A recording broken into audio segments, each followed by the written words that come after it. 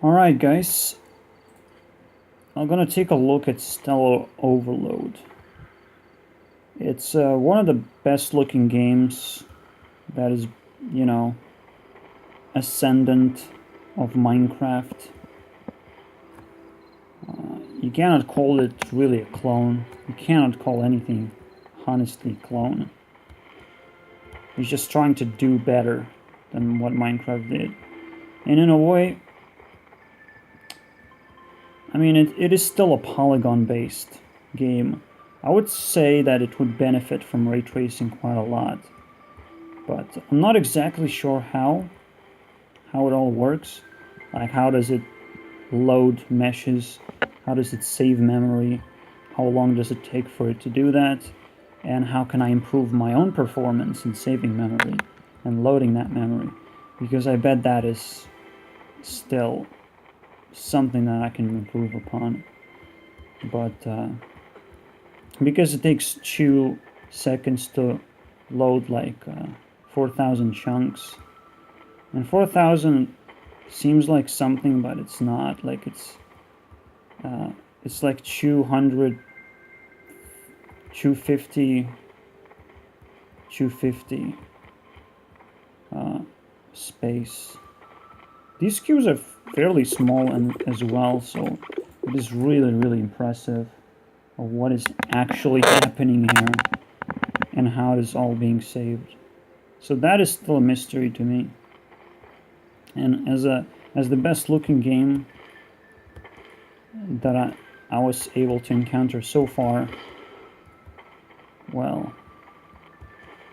I mean, it's definitely impressive. You can see these planets further away are pretty hard to render in such a high distance away, especially for ray tracing, because the ray tracing has to go through empty space.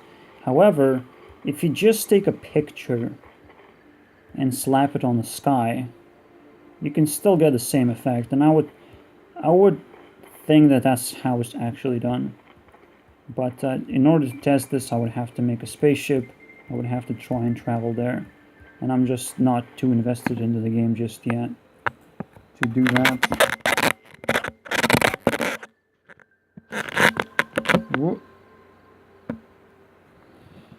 Okay, so it's nighttime, right? But we can like chase the sun and get to the other side of the planet. That's kind of how it works. But before I do that, here's some light sources. And the thing about light sources in here is that they don't really cast any shadows. Oh, this is... I mean, the shadow thing is experimental, but like with ray tracing you would naturally get like these dynamic shadows. Is said to be experimental right here. And so they flicker. They don't really work. It will take quite a long time to implement shadows, but for me, lights will just work supernaturally. If something goes between the light and the ray, it will simply cast a shadow instead. So it's supposed to be very simple to do it with ray tracing. So I'll show how it works eventually. It shouldn't be too hard to implement. I just want to finish microblocks first. But yeah, you don't really get shadows. It's way too difficult to do that. You just get kind of like a directional light or directional spotlight. The other thing, we're gonna show like reflections that are possible as well. Transparency shouldn't be difficult to do. I haven't actually found transparent things to manipulate yet. Maybe I should go back. There should be like glass or something. I wonder how it exactly works when I stack it together. Like water and stuff like that, so I can't really break the glass here. But I know I can like take water, for example. There isn't any water here. Huh, but it gave the impression of water. Huh. What is happening here? Now, I am playing this at 2K resolution. I'm playing this at pretty high draw distance, but this draw distance doesn't do much. It's not exactly draw distance, it's high resolution draw distance. The draw distance is, you know, it's trying to be maximum anyways. And the high resolution simply means it's when you get close to something, it will draw a high resolution structure. So there's gonna be level of detail popping because of that. So there's water. I want to like collect this water somehow. I know it's possible, but it's kind of weird.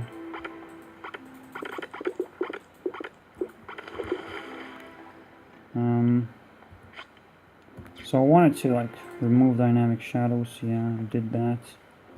Didn't really work out too well. Well, never mind then. See, what I want to take is the transparent blocks, if there are there. The ones that I can take. Just to see how they stack together. But other than that, I don't think there's anything special about them. Some water casts reflections, but the way reflections work is more of a trick than like actual reflections as well. So most of the stuff, like this polygon stuff, is made out of tricks, which is impressive because they're still, like, these blocks are very small. I'm still impressed that you can load all these and save all these. So that part is interesting. But besides that, I'm gonna check the light right here. It's pretty cool. Doesn't seem like it lit up the area actually. So weird. Like, lights are pretty hard to do. Let's see if I can chase the sun before I die. Is the sun over here? Sort of. Over the mountain. Yeah, there's constant fighting in this game. So weird. Another thing about polygons is clipping textures where you can see right through something. You just don't get it in ray tracing. It's impossible. Because even if you clip through one block, the ray is gonna hit another block. Like right here, there's a texture clipping. It's not easy to find it, but when you do find it, it feels really bad. Like, you can see right through the entire terrain, into all the secret caves, into all weird things that may be hidden, so it could completely break the game that way.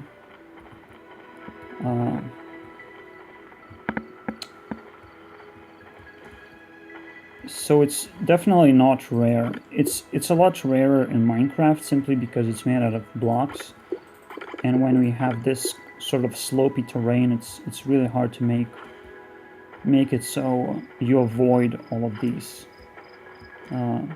invisible clipping blocks with missing textures. Even in a further distance away, you can actually see a clipping texture. Over here as well, like there is a hole. And you can see the water here. I'm going to show you the reflections as well.